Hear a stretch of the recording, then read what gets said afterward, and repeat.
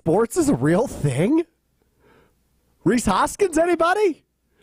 Oh, my goodness. What a 24 hours of Wisconsin sports. It's Mr. Irrelevant. I'm Alex Strouf with you from the Everlight Solar Studio in downtown Madison, Wisconsin, here at ESPN Madison, alongside producer Tiny Hands, Hunter Vaughn. Alex Strouf with you on this Wednesday. Hunter, quiet 24 hours, man. What the hell are we going to talk about today? We got nothing.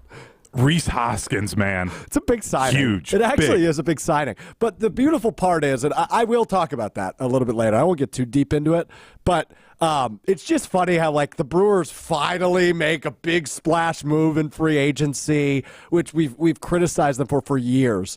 And still somehow it ranks third, and debatably even fourth in Wisconsin sports news today. Right? Like, it doesn't really matter. Like, it matters a ton. They finally have, like, a reliable first baseman, and it just doesn't really matter today because the Wicked Witch is dead, dude. It happened, and it happened a hell of a lot sooner than I thought it was going to. As it comes out this morning, the Green Bay Packers have fired defensive coordinator Joe Barry. We thought it should happen. I wasn't sold it was going to. In fact, I think I predicted it wouldn't. I thought he'd be back for another year, especially after we found out that he was under contract next year. As Matt Schneidman of The Athletic reported that earlier this week, I thought he would be back. And just a couple days removed from the end of the season, Matt LaFleur makes the move. But can I say deja vu? Deja vu, as Adam Schefter reports today, that the Packers may find another role within the organization for Joe Barry. And this brings me back to the offseason of 2 years ago after the Packers lost in a special teams blunder in the divisional round to the San Francisco 49ers. LaFleur removed Maurice Drayton as the special teams coordinator and spent a few weeks looking for another role within the organization for him. Ultimately, he did not, but the initial report was the same. So we will see if Joe Barry is back at any capacity with the Packers, but we do know that he is not back as the defensive coordinator, which is absolutely the right move. Absolutely the right move. Right? It was just a matter of when Matt LaFleur would make the move. It was a matter of if Matt LaFleur had the cojones to fire his friend, because he's talked so highly of him consistently. He's talked so highly of him as a person, which is great, right? Like, I'm sure he's a great dude. I don't know Joe Barry personally, nor will I ever likely know Joe Barry personally. But I'm sure he's a fine guy. And but what he is as a defensive coordinator has consistently not been good enough. And that's not just his stop in Green Bay. That's all of his previous stops. He's never really coached a top 15 defense in the league. And I think from a scoring perspective, the Packers wound up top 10 this year in terms of points allowed. But that wasn't really the story, right? We played a video on Monday of my reaction to almost every game throughout the course of the season this year. And into the later parts of the season, Buccaneers and Panthers, I was just to the point of yelling, the Packers can't stop anybody, because they couldn't, right? Like, Bryce Young and Baker Mayfield lit them up. And that's an issue, right? And I'm not saying Baker Mayfield's a bad quarterback, and I'm not saying Bryce Young won't develop into a good quarterback, but those are guys that shouldn't be dicing up your defenses. And by the way, we spent the first half of the season talking about how, David Montgomery has 4 100-yard games against the Packers defense, all in the Joe Barry era. Jaylen Warren, and he had a nice season, but a lot of people weren't familiar with Jaylen Warren's work for the Pittsburgh Steelers prior to him having a huge game against the Packers. So it was consistently bad enough to the point where Matt LaFleur was forced to make a move, despite how much of a friend he views Joe Barry. It's disappointing that despite the fun season, that the Packers were forced to make a move, but your hands are tied. You have to make the move when it comes to the defensive coordinator, Joe Barry. So that's the news this morning. We'll talk about defensive coordinator picks after we chat with Justin Garcia, the Bucks Radio Network, and Locked On Bucks. He's going to join us to break down the Adrian Griffin, Doc Rivers stuff. So we'll get into all that. We'll talk about some of the ideas that I have for defensive coordinator. But what I love about this is the fact that finally Matt LaFleur is acknowledging mediocrity can't be allowed, because the championship window is back open for the Packers. we saw it on display this year, right? For a team that was 2-5 and not very good, and you had serious doubts at multiple positions, including quarterback, to turn it around and win a postseason game just exceeds any expectations you had preseason, midseason, and even maybe towards the end of the season when the Carolina Panthers are hanging 30 on you, right? I don't think you expected this to be a team really until the end of the year that would be winning a playoff game on the road at Dallas and be competing in a playoff game on the road at the number 1 seed San Francisco.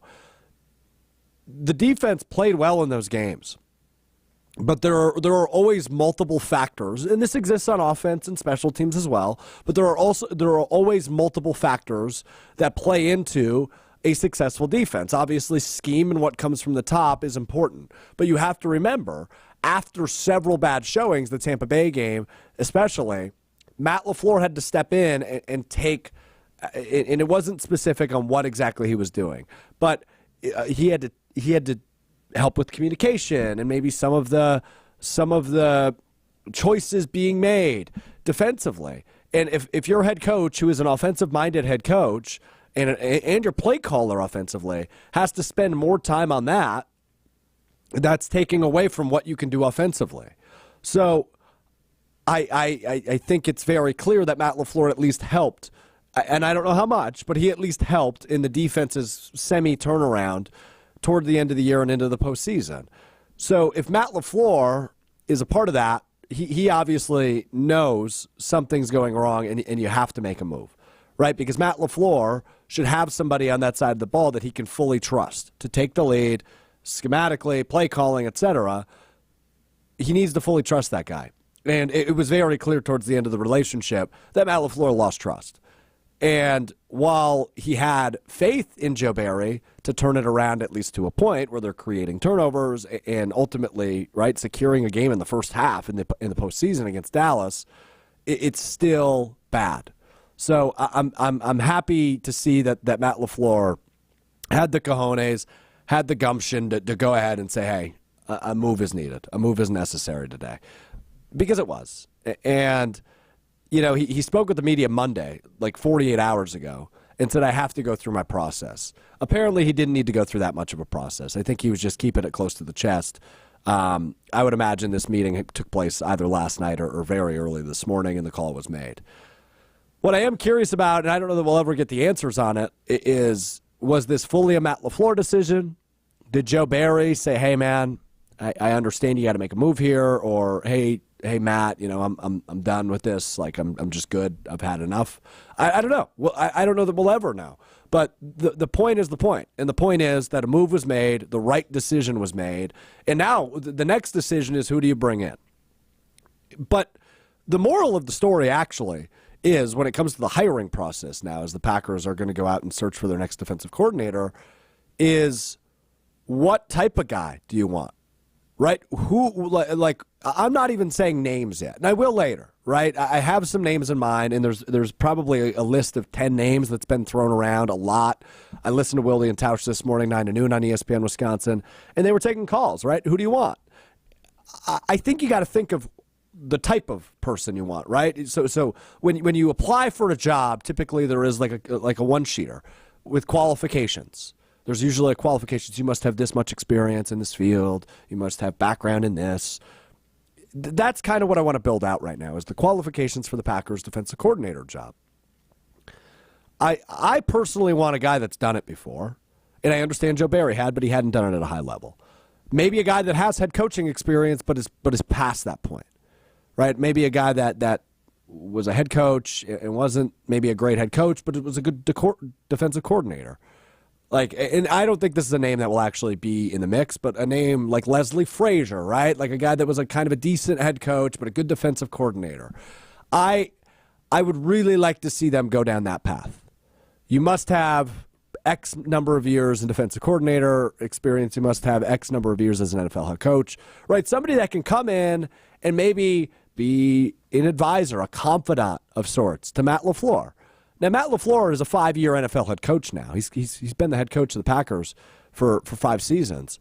And I think, that's an experienced head coach. but he's still a young guy. He's still one of the younger head coaches in the league, and he's got a really young roster. So to have somebody that you can lean on to bounce ideas off of that's been in your shoes, I think would be really important for him. So that's something I would really like to see personally. That's something that I think could be really crucial and beneficial for Matt LaFleur in this scenario. So I'm curious, and if you're watching along with us live, Facebook, Twitter, TikTok, YouTube, if you're watching along with us, chime in, right? What would you like to see built into the qualifications list for the Packers? Because that's something that I would like. I don't think that's necessarily make or break, like usually job qualifications aren't on a job posting. That's something I would really like to see. Is somebody maybe with some head coaching experience, somebody with obviously defensive coordinator experience.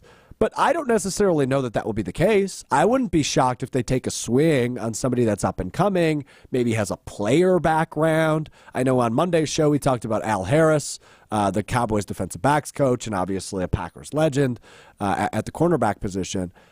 That could be an intriguing hire too, but I mentioned it. The championship window seems open for the Packers, despite how young they are and despite how inexperienced they are. They got some very crucial experience this year in the postseason, playing in 2 games, getting a win in 1 on the road. Like, that stuff translates. So if the Packers are a playoff team again in the next couple of years, which I anticipate they will be, assuming some health, they might want a guy that's been in this position before rather than somebody that might be figuring it out on the fly. So I will run you through some names a little bit later in the show of who I think could be good there. I don't know, though, that was the biggest news story of the last 24 hours in the state of Wisconsin. I don't know that it was, because this is one we kind of anticipated.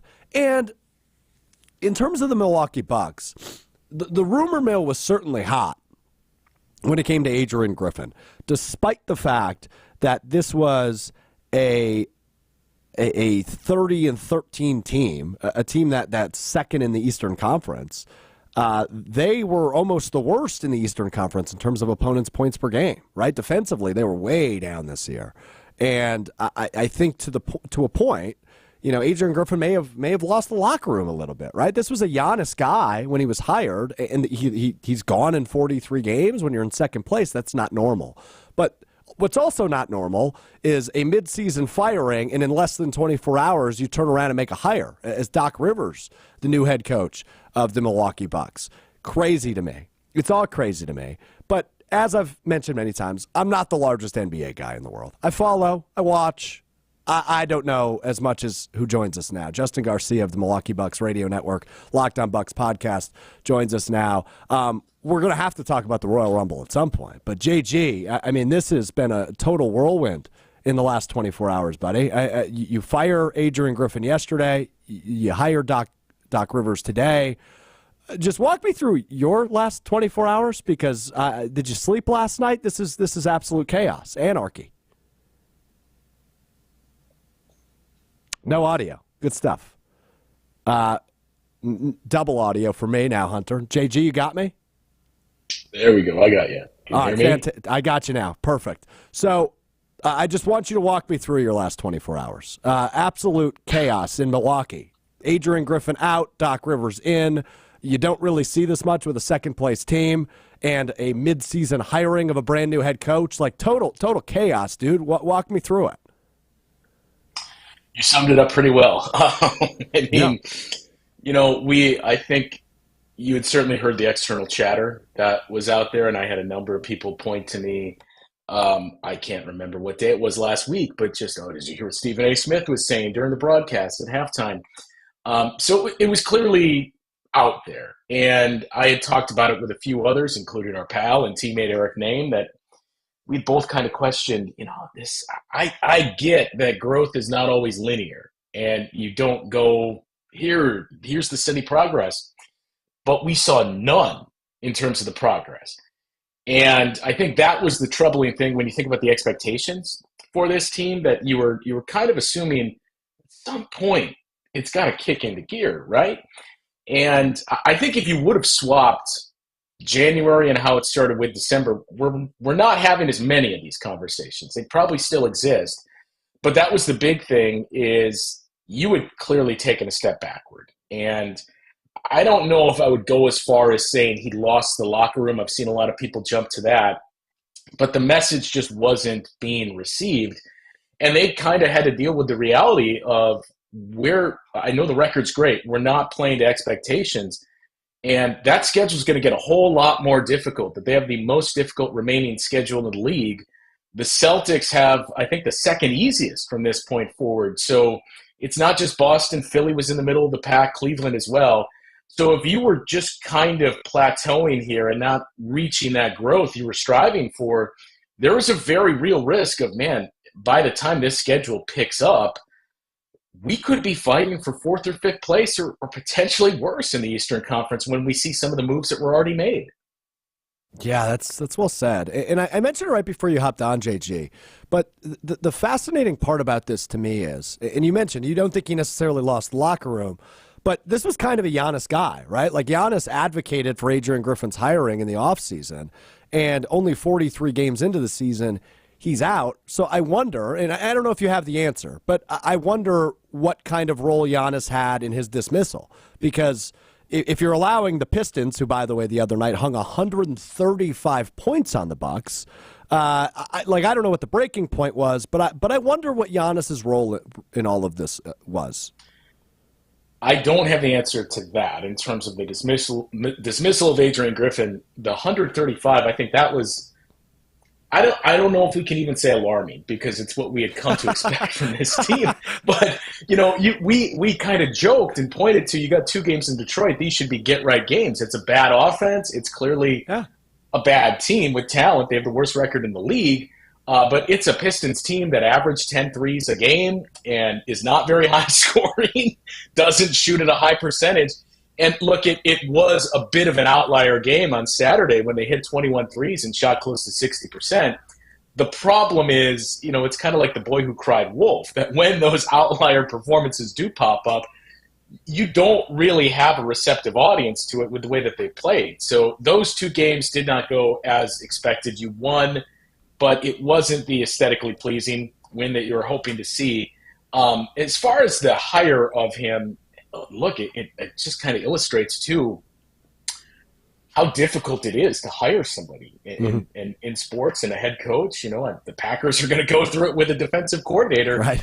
But it's imperative you don't screw it up, especially when you have a once-in-a-generation type of talent like Giannis and you're a team vying for a championship. It's easy to fire coaches because when you fire a coach, you know you're making the right decision for the most part, that it's reached the point where it's time. But hiring is the most difficult part in finding the right one. I've seen a lot of people point out, too, this was Giannis's pick. I never felt comfortable signing off that this is 100% Giannis's decision. Sure. Was he involved? Absolutely. Chris Middleton, all these guys, that when you have a veteran team, they're going to have some involvement and some say. There was an interesting report from Mark Stein, which is kind of more akin to some of the things that a lot of us had heard over the summer, that Giannis didn't necessarily choose Adrian Griffin as much as he may have dictated, I don't want this guy in Nick Nurse. And I heard some things about maybe the well being poisoned for Giannis by some players in Toronto that experienced Nick Nurse, that I would assume was part of that story there. However, I think if you ask Joel Embiid and company, they don't have a problem with Nick Nurse now. But that was the tough part, and it kind of goes back to what we saw with the Holiday move too, where Giannis kind of played the role of, I just don't want to know. Like, if it's going to make us better, fine. He's my brother. He's my teammate. I obviously would rather him be here. If you're going to make a move, don't involve me so I don't get my emotions tied up into it. Yeah, that's really interesting, and I appreciate the clarification. I said this when you couldn't hear me, which I'm going to repeat it to you now because I want to make you blush. You know a hell of a lot more than me on all this. This is why we bring you in to talk about it, because this is not my bread and butter. It is yours. So I trust your opinion on this stuff a lot more than mine. So when it comes to Doc Rivers, like this, hold on. Before we actually get to Doc Rivers, were you familiar with CNN Sports, Justin? I had no idea what the hell that was. You and me both. We all had to kind of look up, like, wait, is this Bleacher Report? Is this TNT? Like, what is CNN Sports? On the day that Sports Illustrated basically goes by CNN Sports is out here breaking news. So, yeah, that was a bit of a head scratcher. I mean, when you saw that report, very limited context. I know Eric named, but the few that I had, I did try to confirm too. Like, is this legit? And was told like it's going to happen, but this report is not the one to go with. So as we eventually found, that was the case. And with the amount of chatter around Doc Rivers and just the fact that the Bucks are in this spot that I think I mentioned this somewhere else. If this was, ironically enough, 6 years ago when Joe Prunty first took over as an interim coach, almost 6 years to the day, you could have done something like that where Joe Prunty was your interim for the remainder of the season because it was a younger team and you weren't necessarily championship or bust. But because of the age of this group and because, your window, you don't know how much longer it's open. I think realistically, you had to approach this season saying, we have a 2-year window. Anything outside of that, great. It's even better. But these 2 years, this year and next year, are where we really have to do something. And because of that, you can't go at it with an interim coach for the remainder of the year that you're not in the luxury or you don't have the luxury of saying, let's wait until better candidates open up over the summer and find what's the best fit for this roster. You just kind of have to say, we got to make the best of what's out there now. And I do think, as much as I think it's been somewhat polarizing, obviously people will point to the track record in the playoffs and I think it's 14 or 15 and 32, something like that, Doc Rivers' record in closeout games. People are going to point to that. But even with that, I do think he is clearly the best option that is out there right now. And I think the biggest thing is, number one, it's going to be a clear upgrade over Adrian Griffin because he's an experienced coach. Yep. And that's what you need right now. But also, as much as we like to rebel against it because we're Milwaukee and we're the small town team and we have Giannis, who's the Mr. Loyalty guy, the Bucks are a super team. You can't make a trade for Damian Lillard when you already have the 2-time MVP and Chris Middleton and Brook Lopez as your third and fourth options. You can't build that roster and not think you're a super team. And the track record for success immediately with super teams, I think that was always the point of caution was it usually takes some time. And I think that's kind of what we witnessed for large portions of this season. But Doc Rivers is the type of guy I think you would want with that type of roster because of his experience managing stars, managing egos. I think people can oftentimes misconstrue that ego word as being negative only when it's not. But Doc knows how to manage those personalities and egos and stars, and that's what kind of team you are. That's kind of what you need. You're totally right on that. And I love the word super team or the use of the term super team because the expectations have to be massive because you mentioned the window, JG, right? Like it's not a very long window. I think Giannis and Dame, correct me if I'm wrong, they're under contract this season and the following 2. It's not a very long window. So you got to bring in somebody that's experienced. It's not like you can just figure it out. You want to win now. It's a win now mode.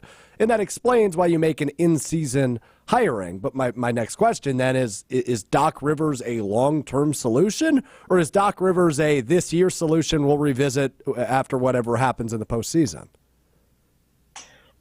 I would imagine we'll hear more from John Horst today, who is slated to speak to the media in the time slot that is typically reserved for the head coach. Yeah. So I'd imagine that question will be one of the first, if it hasn't already trickled out, that gets asked. I got to believe it's a long-term, or at least as long-term as this group is together, because not just Doc Rivers, but any coach, I don't really see a rush to jump in to coach a team with these expectations that just fired their coach in the season under the understanding of, like, let's see how it goes. And then if we like it in the summer, we'll give you an extension and re-up you. So I think you have to view this as Doc Rivers is tied to Giannis and Damian Lillard and this core of the Bucks in this window, that Doc's going to be your coach basically for the duration of this group being together. Yeah, it's fascinating, and I may have been duped. I don't know if this is a real report, so I'm gonna ask you because you're gonna be my fact checker on this. Right? Did the Bucks ask Doc Rivers to speak with Adrian Griffin during the in-season tournament? Did I read that somewhere, or am I making that up?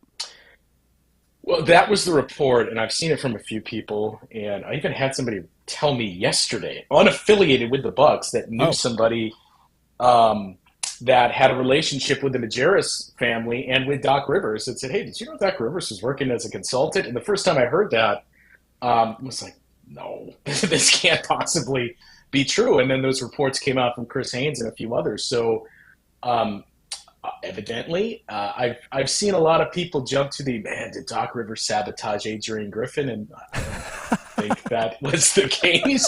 I think the way that it was framed, the setup was, we need somebody to kind of mentor him and work with him because these are such lofty expectations. And that was always I guess you could say strange, but that was always the thing that I think raised eyebrows. Was he checked a lot of boxes, Adrian Griffin did, in that when you go back to his introductory press conference, media day, our first interactions with him, he said everything you wanted to hear when it was, hey, we're going to play different styles of defense. We're going to make adjustments throughout the game. We're going to be well prepared. We're going to find opponent weaknesses and attack those. And those are all things that most Bucks fans, while you appreciated the way that Mike Budenholzer made this a better team and raised their floor, those would be the things you pointed to say, well, we really saw none of that. So I think you heard that and thought, great, perfect. There was the connection with Giannis and the players. And again, I don't think this was Giannis saying, this is my guy, hire him. But I just go back to last year when you hear more chatter from players about Darvin Ham and how much they missed him and his presence with that team and in the locker room. As an African-American coach with a roster of predominantly African-American players, a former player, his ability to relate to that group, his ability to be the guy that could play bad cop at times and deliver tough news, I think that was what they were sorely missing. It was still a very good staff, but you were missing that one piece. And I think that kind of loomed over them in this decision as well of, we got to find somebody that is going to relate to the players, because we heard that chatter constantly. And again, of those three finalists, while you could make a strong case, is Nick Nurse the best coach? Probably, right? In terms of his tactician ability and X's and O's, yes, I think that's hard to deny.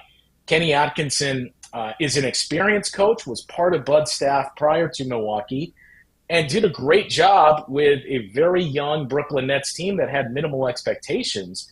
But he doesn't have that playing career either, whereas Adrian Griffin does. And there's a lot of things that Giannis could relate to with Adrian Griffin.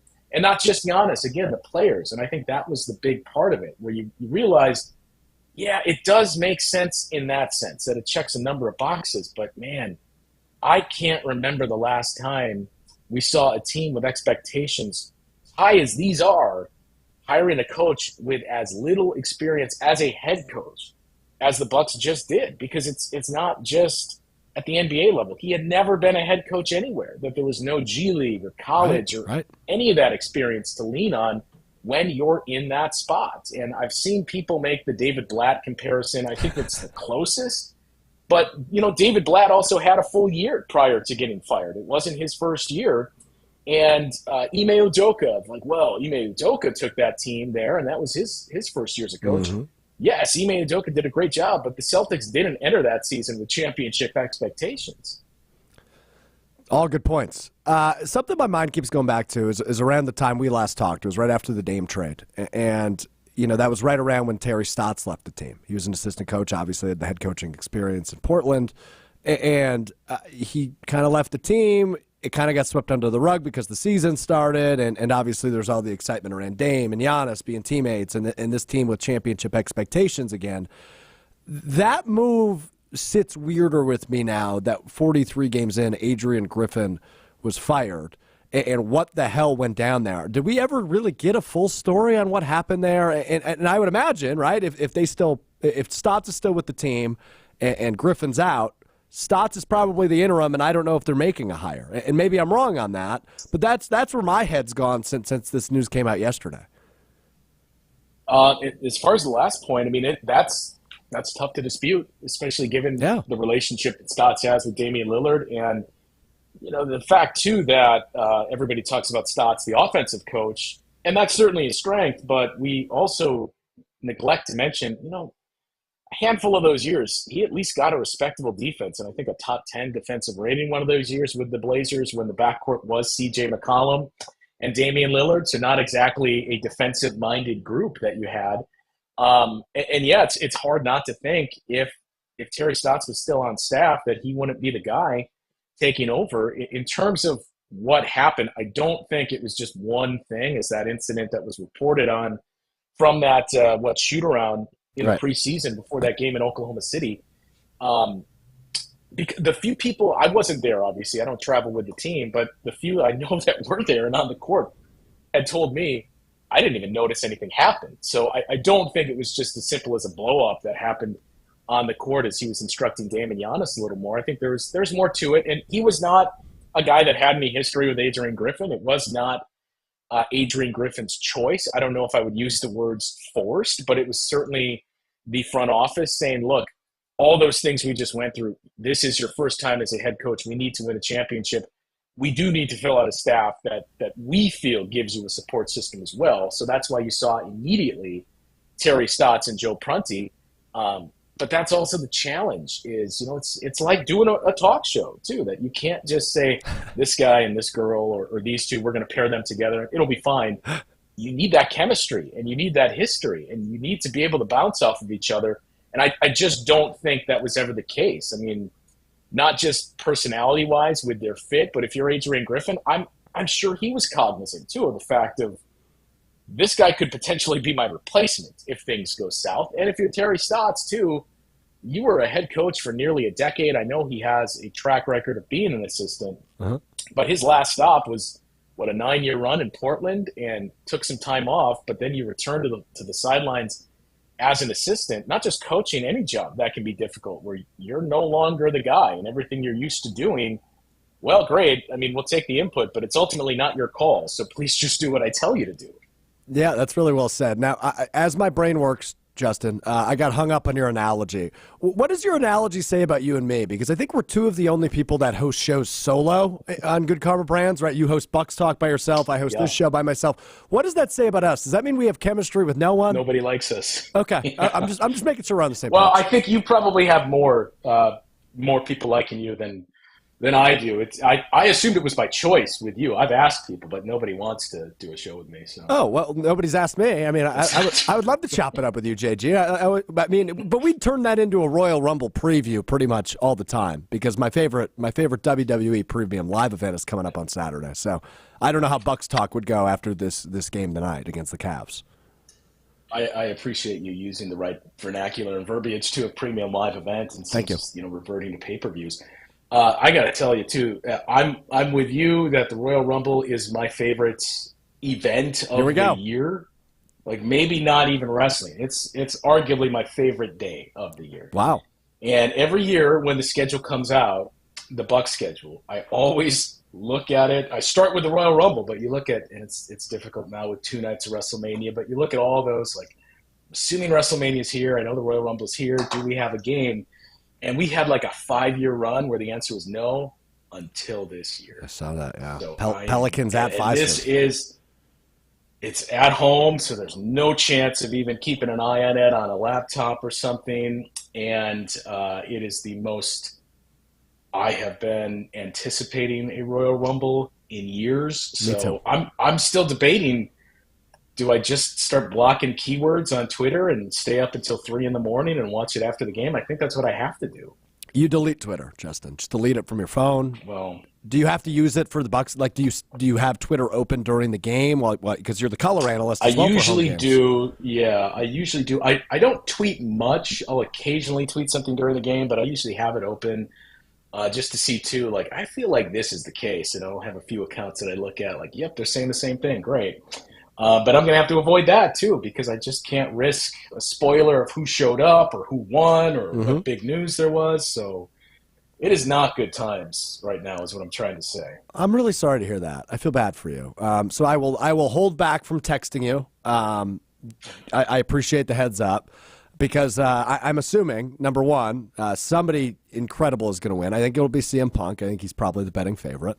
But I don't think it's going to be him. Who do you think? You think it's Rhodes? I think it's going to be Cody Rhodes. Yeah. Oh, I think you can sell it as 2 years in a row of Cody winning it, or I don't know, that whole Seth Rollins and we've brought in quite a huge audience now as we this is getting larger. Yeah. Wrestling. That whole Seth Rollins thing really threw me for a loop because I still don't know. Do they do something there and take the belt off him because of the fear of, we know he said he can get through it, but maybe he can't. And it's going to be Seth versus CM Punk. That match does not need the title. So do we see some type of cash in or something between now and then? And maybe Gunther wins and you have a totally different championship match and you use Seth versus CM Punk as a non-title match. If this Bucks thing doesn't work out for you, Justin, you gotta get up to Connecticut and become a writer. That's interesting. Man. Well, I mean, I would obviously never leave the Bucks or Good Karma Brands, but I mean, I see unfortunately Kevin Patrick is out at SmackDown, so if they are looking for somebody, I would toss my hat in the ring. Okay. All right. I love it. All right. We totally went off the rails there. I knew that was coming eventually. But it's the biggest, it's my favorite event of the year. We had to talk about it a little bit.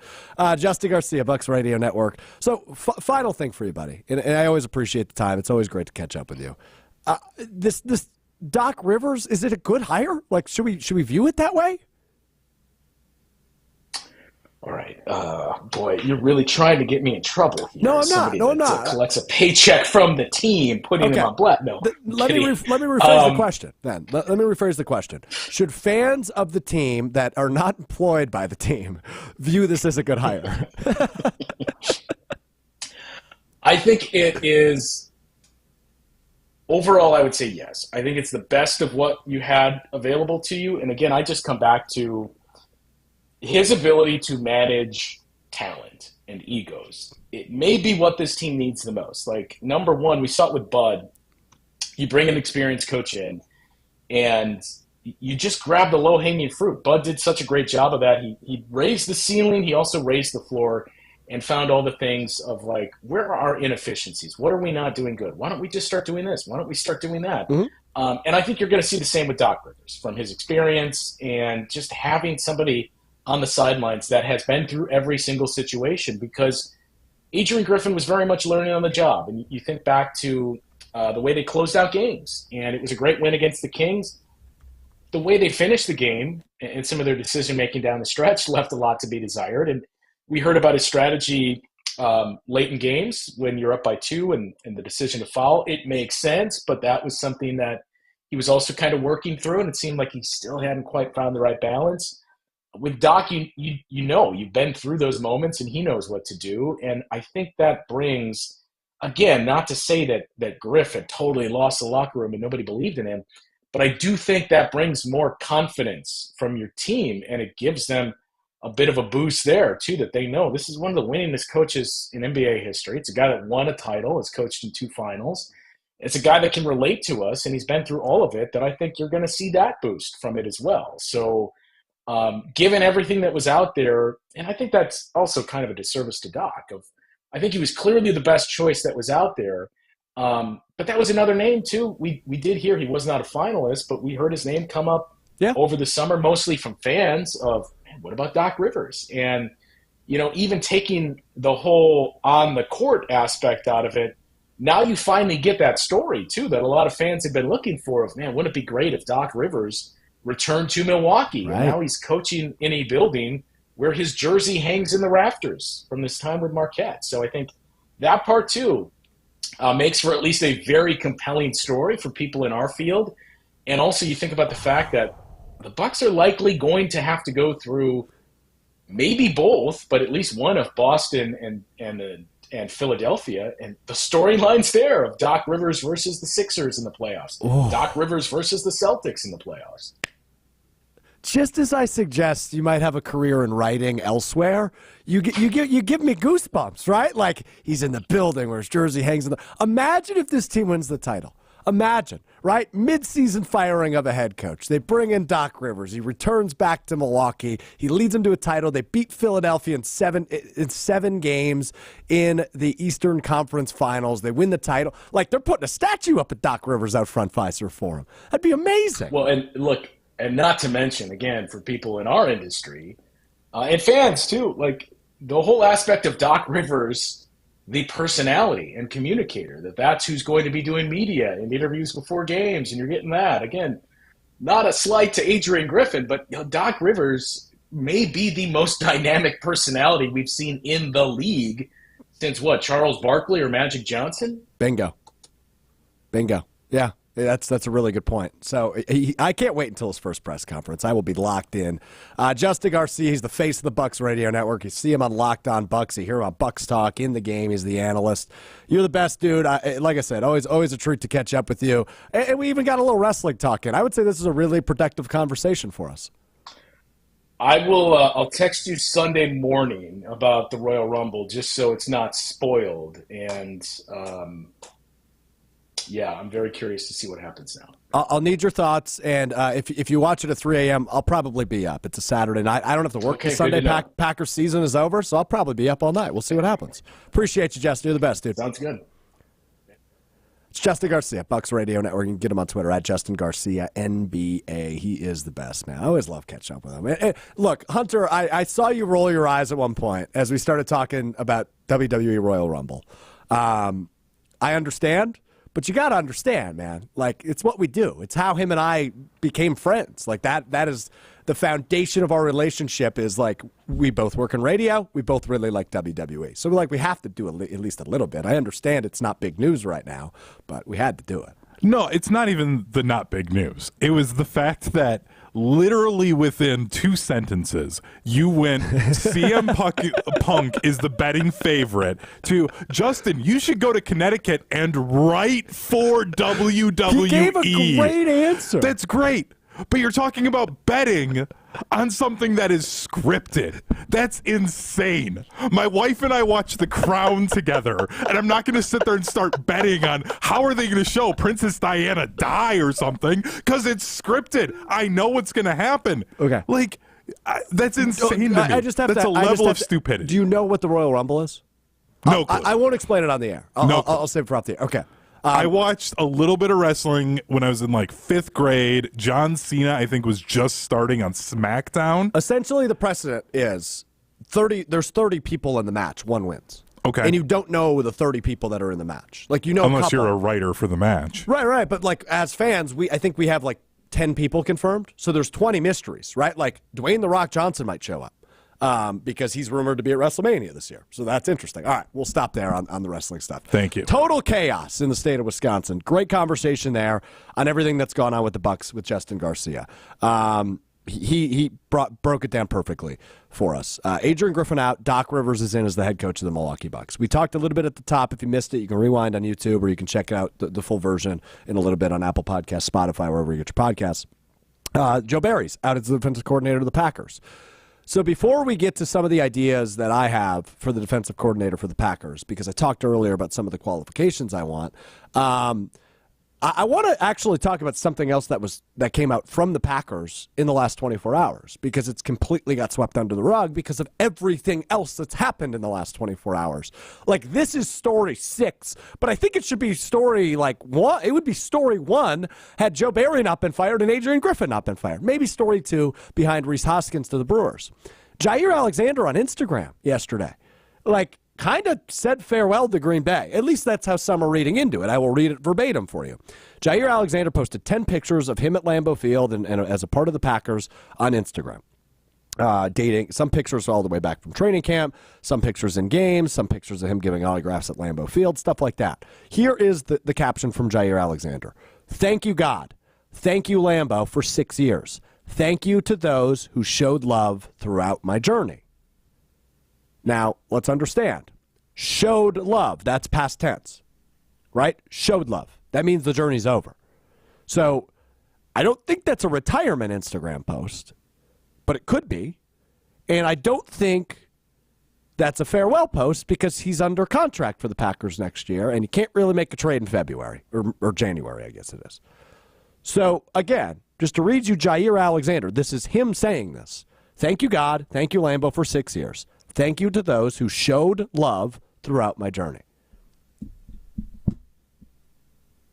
What do you make of that? Like, is Jer Alexander retiring after an injury-riddled season? After 6 years of being one of the top cornerbacks in the NFL? Is he going to request a trade as the highest-paid corner in the league? I understand this is not story 1, but this is story interesting because he's a fascinating guy. We know this about him, and he's kind of a troll, right? Maybe he just wants reaction like he's getting out of me right now. But thank you to those who showed love throughout my journey is a past tense sentence. That means the journey is over. So that is more chaos into everything else we've been talking about today. Hunter, if I said to you, thanks for showing your support throughout, or thanks for the support you showed throughout Mr. Irrelevant, how would you receive that? That you're being reflective on the time from before this moment. So that could be past tense and not mean that the road is ended. That could be past tense. I'm just looking in the rearview mirror right now because my season is ended. Like, I do think Jair is gone, but not because of this post. I just think he's still got like 3 years under contract, I think. But I think that the level of drama that was going on, unless he and Matt LaFleur like sit down and like they have a Camp David moment, I think Matt LaFleur's got a cabin somewhere up north, and that like, you know, they go and hang out there and kind of reconcile. Like, I just feel like he might be kind of a post June 1st. You move more of the cap money off and all of that stuff. He might be gone anyways, but I don't think it's because of this post, and I don't think that's what he's saying here. I think he's just looking back at the past season and how much of a roller coaster it was. Yeah, no, that's fair. That's fair, man. We'll see. I mean, we got plenty of offseason and time to discuss this. So I just saw that, and I was like, I feel like we should probably fit this into the show somewhere. That kind of freaked me out when I saw that yesterday. But then Adrian Griffin gets fired. Doc Rivers gets hired. Joe Barry gets fired. The Brewers make their biggest free agent signing since, I don't know, it's like a really long time, right? Lorenzo Cain. Right. Bringing Locaine back. That was years ago. And this is what, a two-year, $34 million deal for Rhys Hoskins. So that means they're finally spending some money. But what I also want to discuss is my ideas for the Packers defensive coordinator. These socks are dirty, man. I've got my feet up. I got my shoes off. I'm wiggling the toesies. I want Rex Ryan as the defensive coordinator of the Packers. And I think my feet wiggling my toesies might lure him in. You think? You think this is going to work, Hunter? I think this is really disgusting, and I'm glad that, you know, I'm covering up your feet now, and thank you for getting them off the screen. That's gross. Like, I don't like to kink shame, you know, as long as I'm not into feet. Rex Ryan's into feet. I know, but I don't want to, like, hurt things. If you really want Rex Ryan up in Green Bay, I don't want to be kink shaming him and thinking that that's what everyone in Wisconsin does. So we don't, and I don't, but I'm glad I'm not looking at your feet anymore. I don't think Rex Ryan wants to leave TV. That's way too easy of a job. That's way too cushy of a job. And I will add, he's good at it. Yes. But lucrative, and it's a good job. I said it on Monday's show. I think that's the Packers defensive coordinator job is a really attractive job. I think it is. I think after what we saw from this team in the postseason, and their ability to be really good offensively it has to be intriguing. And the fact that they are, you know, putting so much investment into the defensive side of the football, right? Brian Gutekunst has been the GM since 2018. Let's do some quick math here. 6 NFL drafts. They've had, I think, 8 first-round picks, and 7 of them have been defensive. The only offensive first-round draft pick they've made is Jordan Love.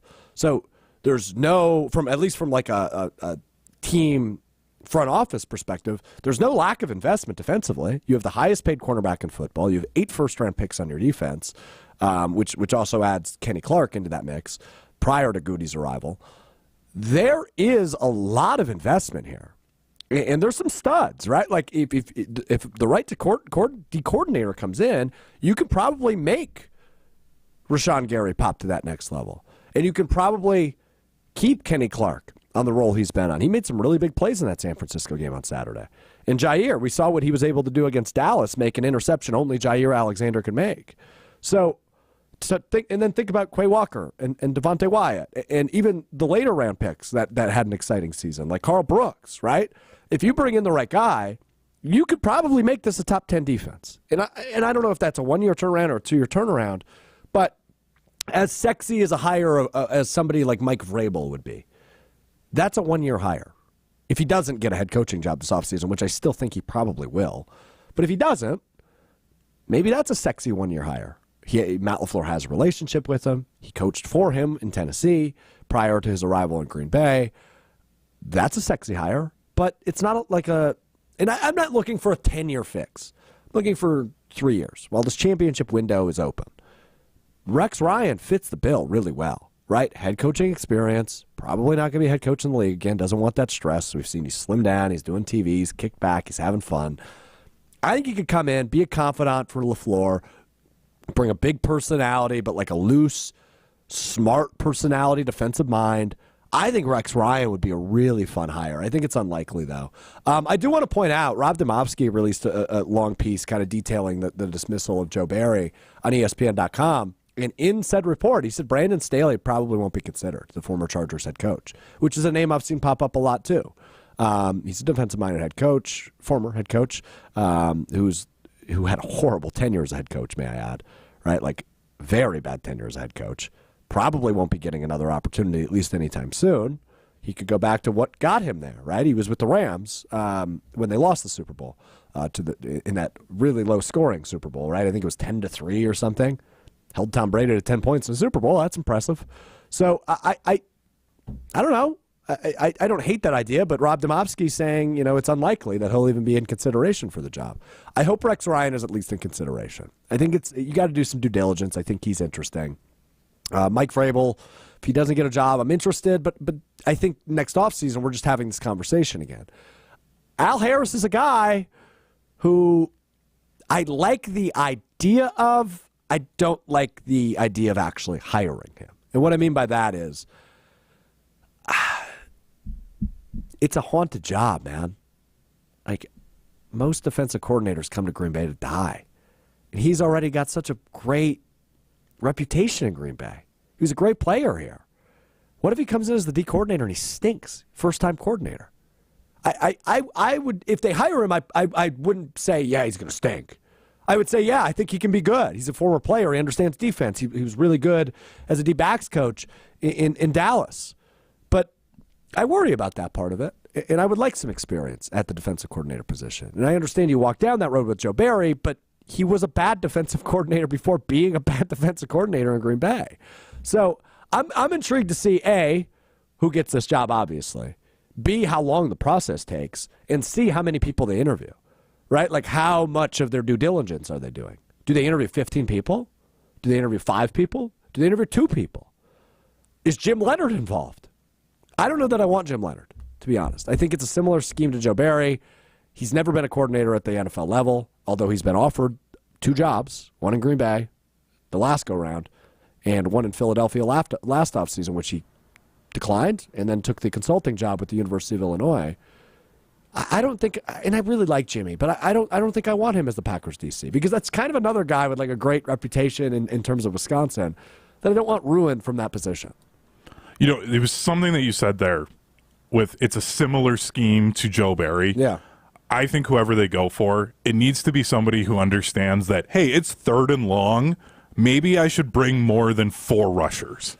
Like, that was my biggest issue with him as a DC, was like his unwillingness at times to blitz quarterbacks and understand that, hey, I've got to like let these guys go and attack. And I don't like the idea of another defense where you're putting somebody like Quay Walker back into coverage all the time. I think he's at his best when he can just go and attack and play downhill football, which I don't think this defense always let him do. So that's where I really don't know if Jim Leonard's the guy. I'm a huge Al Harris fan. I mean, I think you're a Cowboys fan, so that makes sense. And honestly, I think if hopefully Dan Quinn gets a head coaching job so he leaves, Al Harris will probably either follow him, take the Dallas DC job, or I honestly think he's going to get the Packers job. I think those are his 3 options. Oh, it's good to have options, and I'm happy Al Harris has them, but the idea scares me a little bit. I won't lie to you on that. So we'll see. We'll see who ultimately ends up getting this job, because I think it is an intriguing one. And I hope Matt LaFleur does his due diligence and looks several places, right? I hope they interview a lot of candidates, because I think a lot of people will be interested. So we will see it as time rolls on. I don't have a pick yet on who I think it'll be. This news is just too fresh and too raw. I didn't think it would come down this quick. I thought it'd be next week if Joe Barry was moved on from. Really? I didn't think it'd only take 3 days. No, because on Monday, I mentioned this a little bit earlier in the show, but if you're just joining us, excuse me, Matt LaFleur said to the media on Monday, he's got to go through his process. He's got to meet with every coach, all assistant coaches, including the coordinators, and he'll make decisions based off that. I didn't think the process would only be 2 days from when he said that, because he met with the media around 11 a.m. On Monday, and we knew, I woke up and this news pretty much broke about 8 a.m. this morning. So I assume that happened last night. And I don't know where I'm pulling that from. I'm just guessing. Well, it is, like a 6-hour flight from San Francisco. So you got 6 hours there to maybe meet with a couple of guys on the plane. And then... Not a very private meeting, though. Who cares?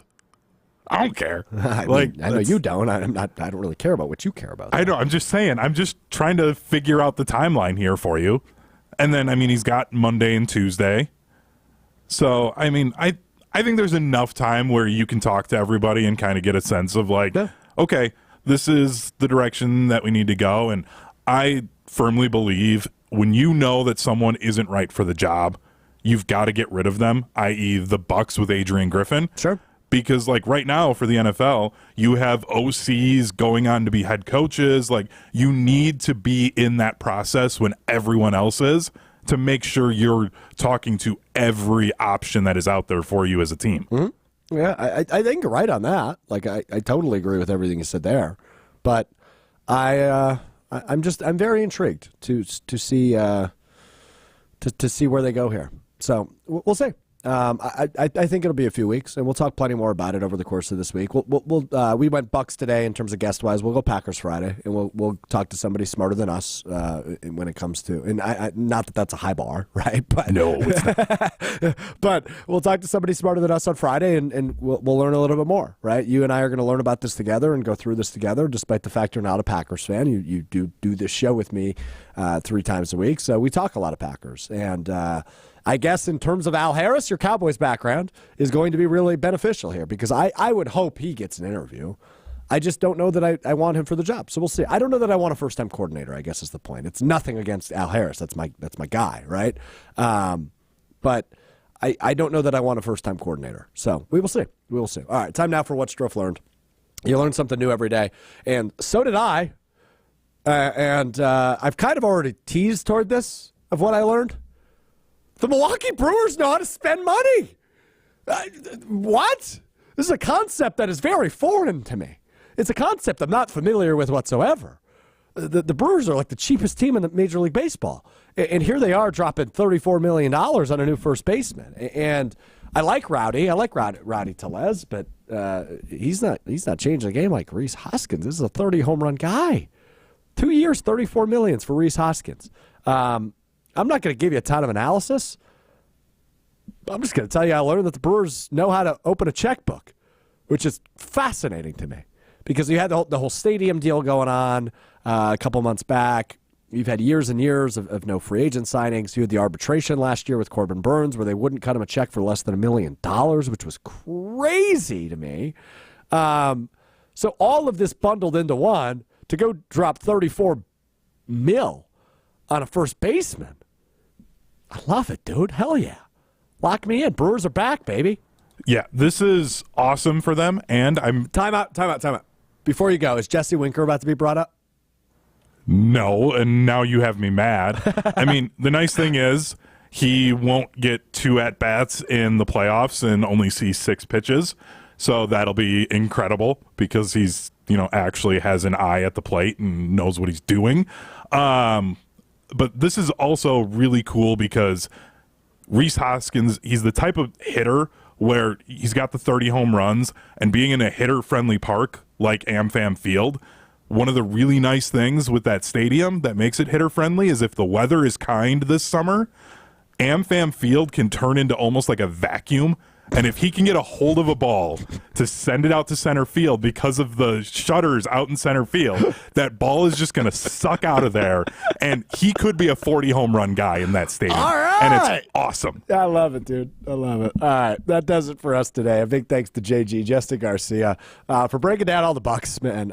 He was awesome on that. If you missed that conversation, go check it out. Rewind on YouTube or check it out. Apple Podcasts, Spotify, wherever you get your podcasts. Just search Mr. Irrelevant. If you're rocking with us right now on YouTube, make sure you hit that thumbs up button for us. Click subscribe so you catch us every Monday, Wednesday, Friday, beginning at 12:30 Central Time. Facebook, Twitter, YouTube, on the ESPN Madison page. Big thanks to Tiny Hands. Hunter Vaughn, you were great today, buddy.